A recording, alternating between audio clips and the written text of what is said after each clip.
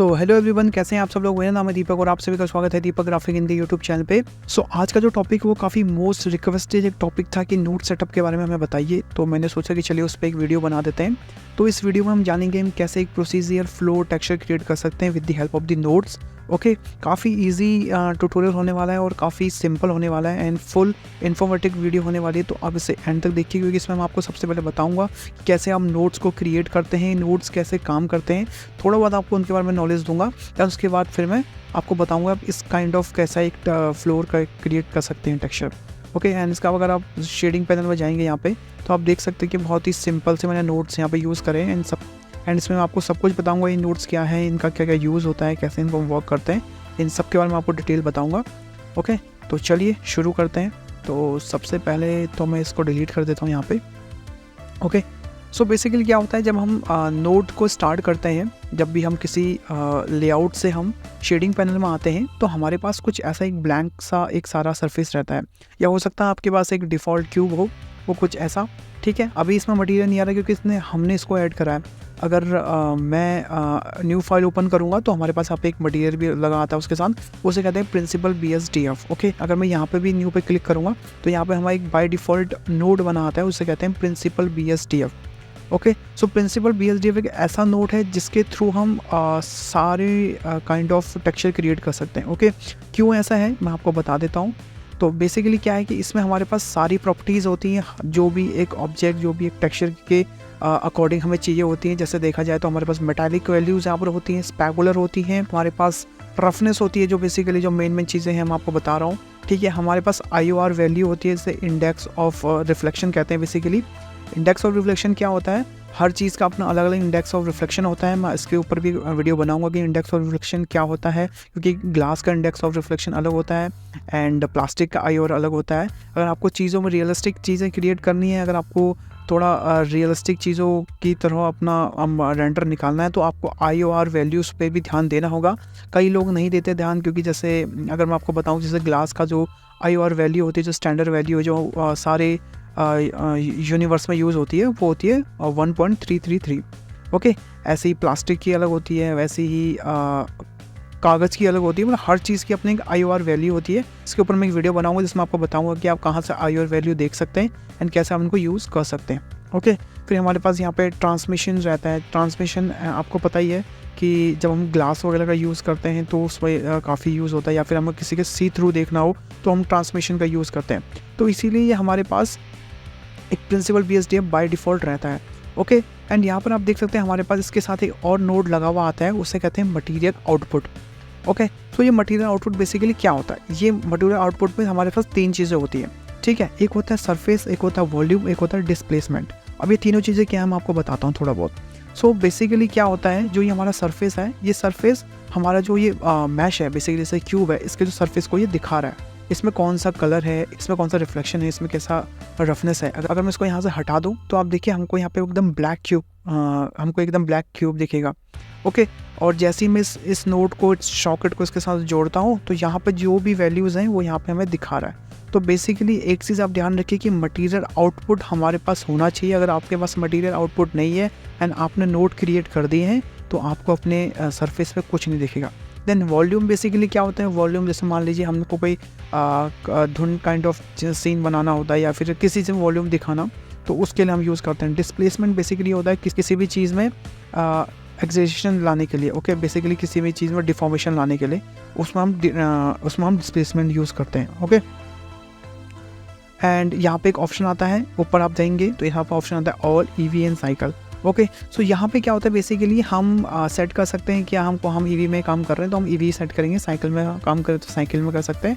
नहीं तो आप ऑल पे सेट करेंगे तो आप जैसे जैसे आप रेंडर एंड देन चेंज करते जाएंगे उसके अकॉर्डिंग इसमें जो भी लाइटिंग है, सरफेस पे जो भी रिफ्लेक्शन है, वो अकॉर्डिंग टू रेंडर अपने आप चेंज हो जाएंगे।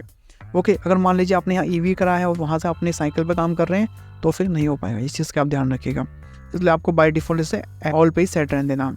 अब आप बोल रहे होंगे ये दोनों नोड आए कहाँ से बेसिकली, तो चलिए वो भी मैं आपको बता देता हूँ ये नोड दोनों आए कहाँ से। तो सबसे पहले मैं इसको डिलीट करता हूँ। ये आप देख सकते हैं मैंने ये नोड डिलीट किए, हमारे पास एक पिंकिश कलर का एक पूरा बॉक्स क्रिएट हो गया। सो एक चीज़ मैं आपको और बता दूँ कि ब्लेंडर में जब भी आपको कोई पिंक कलर का ऑब्जेक्ट दिखे तो समझ लीजिए कि उसका टेक्सचर मिसिंग है, उसका नोड मिसिंग है। ओके, आप सोचिएगा, आप जैसे ही रेंडर निकालते हैं आपको अगर पिंक बॉक्स या पिंक लाइट कहीं भी किसी भी ऑब्जेक्ट से इमिट होते हुए दिख रही है, समझ लीजिए उसके अंदर उसका टेक्सचर जो है वो मिसिंग हो गया या फिर डिलीट हो गया। ओके, तो चलिए सबसे पहले मैं आपको बता दूँ ये प्रिंसिपल पीएसडी आता कहाँ से है। तो जैसे ही आप शिफ्ट ए प्रेस करेंगे तो आपके पास एक नया डायलॉग बॉक्स खुलेगा जिसके अंदर बहुत सारी चीज़ें होंगी, जैसे input, output, shader, texture, colours, सारे कुछ हैं। ठीक है, हम सबके बारे में बात करने वाले। तो सबसे पहले हम बात करेंगे इनपुट। इनपुट पर कुछ जो चीज़ें जिसमें हम चीज़ों को बेसिकली इनपुट कर सकते हैं, जैसे ऐड कर सकते हैं। फिर आता है आउटपुट। ठीक है, तो आउटपुट में हमारे पास 3 चीज़ें हैं। ठीक है, जैसे आप देख सकते हैं हमारे पास AOV आउटपुट है, लाइट आउटपुट है, मटीरियल आउटपुट है। तो जाहिर सी बात है भाई, हमको लाइट आउटपुट है और AOV आउटपुट तो चाहिए नहीं, हमारे पास मटीरियल आउटपुट हमको चाहिए होता है क्योंकि हम मटीरियल यूज़ कर रहे होते हैं बेसिकली। ओके, तो यहाँ पर आ जाएंगे अगर आप शेडर पे, तो हमारे पास लॉट्स ऑफ शेडर हैं। तो जो प्रिंसिपल पीएसडी है वो भी यहाँ से हम यहाँ से ऐड करते हैं। देखिए, इसको ऐड करूँगा, हमारा प्रिंसिपल पीएसडी ऐड नोड आ जाएगा। ओके, अब यहाँ आप कुछ भी चेंजेस करें, अभी आपको उस क्यूब पे कुछ भी चेंजेस होते हुए नहीं दिखेंगे क्योंकि किसी भी शेडर का हमारे पास एक आउटपुट नोड ज़रूर होना चाहिए। अगर हमारे पास उसका आउटपुट नोड नहीं है मीन्स हमको कुछ भी नहीं दिखेगा। तो आउटपुट नोड कैसे आएगा, हम फिर से शिफ्ट ए प्रेस करेंगे और यहाँ पे हम जाएंगे आउटपुट पे और यहाँ पे हमें आना पड़ेगा मटीरियल आउटपुट पर। जैसे मैं इस मटीरियल आउटपुट को लाऊंगा तो अब देखिए ये ब्लैक होना शुरू हो जाएगा। ब्लैक मीन्स कि अब हमारे पास वो शेडर है पर वो उसके साथ कनेक्ट नहीं है, वो हमको ये वार्निंग दे रहा है। अगर मैं इसे डिलीट कर दूँ तो मतलब हमारे पास कुछ है ही नहीं अभी मटीरियल आउटपुट पे लगाने के लिए। तो मैं इसे कंट्रोल सेट करता हूँ और जैसे ही मैं इस सॉकेट को इसके साथ अटैच करूँगा, आप देख सकते हैं अब मैं इसमें जो भी चेंजेस करूँगा ये सारे चेंजेस हमें दिख जाएंगे। ओके, तो ऐसे हमारा काम करता है कुछ नोड सेटअप। एंड आपको मैं एक चीज़ और बता दूँ कि जैसे यहाँ पे आप देख सकते हैं कलर डिफाइन हुए पड़े हैं, तो जो भी कलर है ये इसी कलर के साथ जुड़ेगा। ऐसा नहीं कि आपने मान लीजिए कोई भी एक नया नोट ले लिया ये वाला, तो ऐसा नहीं है कि ये जो तुम्हारा BSDF है ये इसके साथ लगेगा, नहीं, कभी नहीं लगेगा। जो ग्रीन है वो ग्रीन के साथ लगेगा, जो ब्लू है वो ब्लू के साथ लगेगा, जो येलो है वो येलो के साथ ही लगेगा। तो इससे क्या होता है, थोड़ा हमें ईजी हो जाता है कि हाँ कौन सा नोट हमें कहाँ मैच करना है। तो उसके थ्रू हमें थोड़ा एक इंडिकेशन मिल जाता है कि हमें ये नोट इसी के साथ लगेगा, तो मतलब ये कुछ ऐसे ही जाएगा। ओके, तो इस चीज़ का आप थोड़ा ध्यान रखिएगा। कई लोग कंफ्यूज रहते हैं कि हाँ कहीं भी कर रहे हैं, जैसे ये यहाँ अगर दोगे तो क्या होता है, लग तो जाता है पर हमारे पास एक रेड लाइन आ जाती है। रेड लाइन का मतलब क्या होता है कि भाई लग तो गया है तुम्हारा नोट पर वो सही नहीं है। ओके, मैं ऐसा नहीं बोला कि नोट नहीं लगेगा, लग तो जाएगा, तो उस पर एक रेड लाइन आ जाएगी। और देखिए यही चीज़ अगर मैं इस पर यूज़ कर रहा हूँ नॉर्मली क्योंकि लग सकती है, जैसे ही मैं इस पर यूज़ करूँगा फिर से रेड लाइन आ जाएगी क्योंकि वो उसका नोट है ही नहीं। ठीक है, यहाँ यूज़ किया क्योंकि यहाँ उसने वॉल्यूम क्रिएट कर दिया जैसा मैंने आपको बताया था। तो यहाँ ये सरफेस है बेसिकली। तो जब भी आपको कोई भी नोट किसी नोट से अटैच करना हो तो आप देख लें कि उसका कलर सेम हो, और उसका कलर सेम है तो पॉसिबिलिटीज़ हैं कि हाँ वो नोट मिलेंगे एंड उसका कुछ ना कुछ आउटपुट निकलेगा। अगर वो नोट के कलर सेम नहीं है वो जोड़ तो जाएंगे पर उसमें एक रेड लाइन आ जाएगी, मीन्स वो नहीं है उसके साथ, वो उसके साथ काम ही नहीं करेगा। तो इस चीज़ का थोड़ा ध्यान रखिएगा। चलिए, एंड फिलहाल मैं इसको डिलीट कर देता हूँ। एंड अब हम बनाते हैं जो मैं बेसिकली आपको बताने वाला था कि वो कैसे हम फ्लोट टेक्सचर बना सकते हैं। ठीक है, तो सबसे पहले मैं इस क्यूब को यहाँ से हल्का सा स्केल कर देता हूँ, ऐसे करके हल्का सा स्केल कर दिया कुछ ऐसे। एंड उसके बाद मैं इसको हल्का सा ऐसे भी स्केल कर लेता हूँ। एंड मेक श्योर कि आप स्केल अप्लाई करें प्रेसिंग दी कंट्रोल ए। अब कई लोगों के मन में ये भी सवाल होगा कि यार हम क्यों स्केल अप्लाई करते हैं, क्यों हम रोटेशन अप्लाई करते हैं, क्यों हम सब कुछ करते हैं। तो इसका आंसर आपको आगे जाकर भी मिल जाएगा, पर अभी मैं आपको एक बेसिक आइडिया देता हूँ कि क्यों हम स्केल्स अप्लाई करते हैं बेसिकली। सो क्या होता है ब्लेंडर में कि जैसे मैं यहाँ पे एन प्रेस करके यहाँ आइटम सेक्शन पे आऊँगा, सॉरी ट्रांसफॉर्म सेक्शन पे आऊँगा, तो आप देख सकते हैं अगर मैं इसको थोड़ा बहुत भी स्केल करूँगा तो अभी क्या है इसकी जो स्केल वैल्यू है वो है 55555। ओके, तो 555 मतलब कि अभी अगर इसमें मैं कोई भी टेक्सचर डालूंगा तो उसका जो 100% है उसका 50% इसमें शो होगा, 100% पूरा शो नहीं होगा। एंड सेम चीज़ ये एनिमेशन में भी होता है कि जब हम स्केल की वैल्यू काउंट करते हैं तो अगर मान लो हमने रैंडमली कोई चीज़ स्केल कर रखी है उसके बाद हमने उसमें एनिमेशन डाला और आप अगर पॉइंट वाइज कोई चीज़ उसमें डाल लें तो आपका स्केल सही काम नहीं करेगा। तो मेक श्योर जब भी आप कोई न्यू टेक्सचर डाल रहे हो तो आपका जो मटेरियल है या फिर आप कोई भी न्यू मॉडिफायर डाल रहे हो तो आपका जो स्केल वैल्यू है ऑब्जेक्ट की वो हमेशा 1 होनी चाहिए। देखिए मैं जैसे इस पर स्केल अप्लाई करूँगा तो यहाँ ये 1 हो जाएगा, मतलब अब ये परफेक्ट वैल्यू है 1:1:1। ओके, तो इसलिए हम स्केल अप्लाई करते हैं ताकि हमारे पास चीज़ें परफेक्टली आएँ एंड हम अगर उसकी कैलकुलेशन भी करें तो ईजिली हमसे कैलकुलेशन हो जाए। फिलहाल मैं उसको अप्लाई कर देता हूँ स्केल और हमारे पास ये चीज़ है। ठीक है, देखिए हमारा अभी सब 0 है और स्केल हमारा एक ही होना चाहिए, कभी भी 0 नहीं होना चाहिए। ये चीज़ हमारे 0 होनी चाहिए। जैसे अगर मान लीजिए मैंने इसकी लोकेशन यहाँ कर दी, इसकी लोकेशन हिल गई, तो मैंने यहाँ क्या अप्लाई लोकेशन किया, तो इसकी लोकेशन 0 होनी चाहिए, पर स्केल ऑलवेज 1 पे होना चाहिए। चलिए शुरू करते हैं आगे का काम। सो मैं अपनी स्क्रीन कास्ट भी इनेबल कर लेता हूँ ताकि आपको ईज दिख रहे हैं यहाँ लेफ्ट हैंड साइड पे। तो आप देख सकते हैं हमने प्रिंसिपल BSDM नोड यहाँ पर लगा दिया है।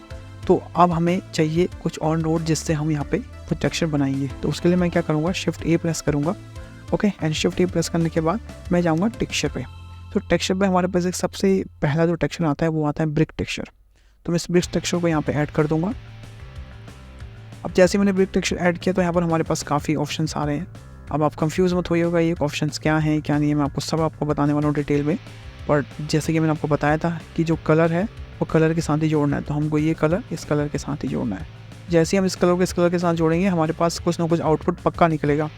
ओके, अगर आप इसको इसके साथ जोड़ेंगे तो हमें कोई आउटपुट नहीं दिखेगा, ये देखिए, ध्यान रखिएगा। ओके, सो हमने इसके साथ से अटैच कर लिया। देन अब हम बात करेंगे कुछ ऑप्शंस के बारे में बेसिकली। सो ये है हमारा ऑफसेट। ओके, ये ऑफसेट बेसिकली क्या काम करता है, हमारे जो ब्रिक्स यहाँ पर बने हुए हैं उनकी जो बीच की जो ये मिसमैच चल रहा है बेसिकली वो है, ठीक है। तो इसने 5 पर रखा है बाय डिफॉल्ट, बढ़िया है। तो फ्रीक्वेंसी होती है जो भी हमको ये थोड़ा सा ऊपर नीचे दिख रहा है, इसको अगर हम 1 कर देंगे तो पूरा स्ट्रेट बन जाएंगे कॉलम्स। तो मैं इसको 2 करूँगा तो ये थोड़ा सा रैंडमली हो जाएंगे, उसे कहते हैं फ्रीक्वेंसी। स्क्वाश होता है बेसिकली, जैसा आपको पता ही है, देखिए ये ऐसा कुछ स्क्वाश कर रहा है लाइन्स को। और यहाँ पे जो फ्रीक्वेंसी है ये इसकी फ्रीक्वेंसी है जो दूसरे वाले रो है, इसकी देखिए ये जो दूसरे वाले रो है। देन नीचे हमारे पास कुछ कलर्स हैं, जैसे ये कलर 1 कलर 2 है, यहाँ पर हम अपने कलर डालेंगे। जो ये मोटर होता है ये आपको बताऊंगा क्या होता है बेसिकली। तो सबसे पहले मैं इसमें कलर डाल देता हूँ, जो कि मैंने ऑलरेडी यहाँ पे कलर कोड सेट करके रखे हुए हैं। तो मैं चाहूँगा अपने कंपोजिटिंग सेक्शन में यहाँ टेक्स्ट पे मैंने ये कलर के कोड रखे हुए हैं। अगर आप चाहें तो आप सेम ये as it is colour code use कर सकते हैं, एंड नहीं तो आप अपनी नया कलर भी बना सकते हैं। तो यहाँ पे मैं ऐड कर रहा हूँ ये कलर कोड, एंड दूसरा कलर कोड है हमारा ये रहा। ओके, सो आप देखिए ये कुछ ऐसा दिखेगा बेसिकली। तो हम क्या करेंगे, सबसे पहले हम यहाँ पे अपनी जो फ्रीक्वेंसी है उसको उनका इंक्रीज़ करके 1 कर देंगे, 1 और बढ़ा देंगे। ओके, देन उसके बाद यहाँ पे हमारे पास ऑप्शन आता है मोटर का। ये मोटर बेसिकली क्या है, ये 2 ब्रिक्स के बीच में जो ये गैप है, जो कलर है ना, ये उसको डिफाइन कर रहा है। अगर मैं यहाँ से इसका कलर चेंज करूँगा, देखिए तो क्या होगा कि इसके कलर भी चेंज होना शुरू हो जाएंगे, ये देखिए। तो फिलहाल मैं इसको 0 पर रख रहा हूँ क्योंकि हमें इसका कलर चेंज नहीं करना है। देन ये है स्केल वैल्यू, ये है इसकी स्केल वैल्यू पूरे ओवरऑल टेक्सचर की, इससे हमारा पूरा ओवरऑल टेक्सचर स्केल हो जाता है। ओके, ये मोटर साइज़ बेसिकली क्या है, वही बीच का साइज़ है, आपको कितना रखना है, ये देखिए। अब मैं इसको थोड़ा सा 0.1 कर दूंगा तो ये ब्रिथ में थोड़ा सा और छोटा हो जाएगा। एंड उसके बाद है मोटर स्मूथ, ये कितना स्मूथ करना है, ये देखिए स्मूथ है यहाँ पे बेसिकली। इसको स्मूथ करने के लिए बाइज होता है कि कलर्स में जो रैंडमनेस है उसको वो एक इक्वल कलर कर देगा। इधर करोगे तो ऊपर वाला कलर, इधर करोगे नीचे वाला कलर, देख रहे हो आप। 1 करोगे तो ऊपर नीचे वाला कलर, और 2 करोगे तो -1 करोगे तो ऊपर वाला कलर, उसके लिए है ये ब्रिक विड्थ। ये बेसिकली इसकी विड्थ है, ये जो ब्रिक्स हैं, और ये इसकी हाइट है बेसिकली जो कॉलम से रॉ बने हुए हैं। ओके, तो इसमें और तो ऐसा कुछ है नहीं बताने को। तो ये कुछ ऐसे काम करते हैं। अब हमको बनाना है वो टेक्सचर, तो उसके लिए हम क्या करेंगे, सबसे पहले कि हम इस चौक का जो स्केल वैल्यू है इसका हल्का सा बढ़ा लेंगे। ठीक है, मान लीजिए हमने इतना कुछ बना लिया, 8 के आसपास, या थोड़ा सा और बढ़ा देते हैं, कोई दिक्कत नहीं, इतना बढ़ा दिया। उसके बाद मोटर साइज़ हम बिल्कुल 0 कर देंगे, अभी हमको नहीं चाहिए मोटर साइज़। ठीक है, एंड उसके बाद हम मोटर स्मूथ को बाय डिफ़ॉल्ट रहने देते हैं अभी।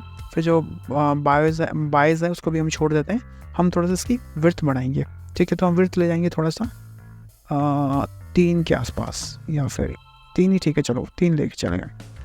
एंड हमको इसकी हाइट बढ़ाने की ज़रूरत नहीं है, तो ये मेरे को ठीक लग रहा है। ओके, तो ये हमारा कुछ ऐसा दिख रहा है अभी। अब क्या है कि हमको जो आउटपुट चाहिए वो हमें अभी दिखते हुए नहीं दिख रहा। तो मैं क्या करूँगा, सबसे पहले इस वेब टेक्सचर को यहाँ से कंट्रोल D करूँगा। तो कंट्रोल D करके क्या होता है कि सेम टेक्सचर कॉपी हो जाता है। सो जब मैंने इसको कॉपी कर लिया यहाँ पे, तो उसके बाद क्या होगा कि अब हमें यहाँ पे लाइंस क्रिएट करनी है बेसिकली। सो जब हमको यहाँ पर लाइन क्रिएट करनी है तो उसके लिए हम यूज़ करेंगे हाइट मैप। बेसिकली हम उसको बम्प मैप बनाएंगे। जैसे आपको पता है कि ब्लैक रिवील होता है एंड वाइट रिवील होता है एंड ब्लैक हाइड हो जाता है हाइट मैप में। हम वो यहाँ पे इस प्रोसेस के लिए मैंने इसको डुप्लीकेट किया है। तो सबसे पहले मैं क्या करूँगा कि यहाँ पे मैं इसकी वैल्यू इंक्रीज़ कर दूँगा, जो हमारे पास ये मोटल साइज़ है यहाँ पे। तो मैं इसको कर दूँगा 0.04, ठीक है। अगर आपको देखना है कि ये वैल्यू कैसे काम करे तो आपको प्रेस करना है control shift and right click. तो जैसे ही आप क्लिक करेंगे तो आप यहाँ देख सकते हैं हमारे पास कुछ ही ऐसे आ जा रहा है, और यहाँ पे आप देखेंगे तो हमारे पास एक व्यूअर नोड लग जाता है। सो व्यूअर नोड बेसिकली क्या होता है कि व्यूअर नोड एक ऐसा नोड होता है जिसके थ्रू हम देख सकते हैं कि हमारा जो मटेरियल है वो कैसे वर्क कर रहा है। हमको सारे सॉकेट को जोड़ के देखने की ज़रूरत नहीं है, हम डायरेक्टली उस व्यूअर नोड से उस मटेरियल आउटपुट के साथ देख सकते हैं कि वो कैसा मटेरियल दिख रहा है। ओके, तो व्यूअर नोड बेसिकली ऐसे काम करता है। देन अभी मैंने जैसे आपसे बोला कि मुझे हमें हाइट मैप्स देखने हैं, तो उसके लिए मैं क्या करूँगा, बेसिकली इसको करूँगा कंट्रोल शिफ्ट एंड एक बार दोबारा राइट क्लिक। तो जैसे ही मैं राइट क्लिक करूँगा आपके पास कुछ ऐसा ब्लैक एंड वाइट सरफेस आ जाएगा। ओके, सो ये कुछ ऐसा दिख रहा है। तो जो अभी स्टम्प बिल्कुल परफेक्ट है।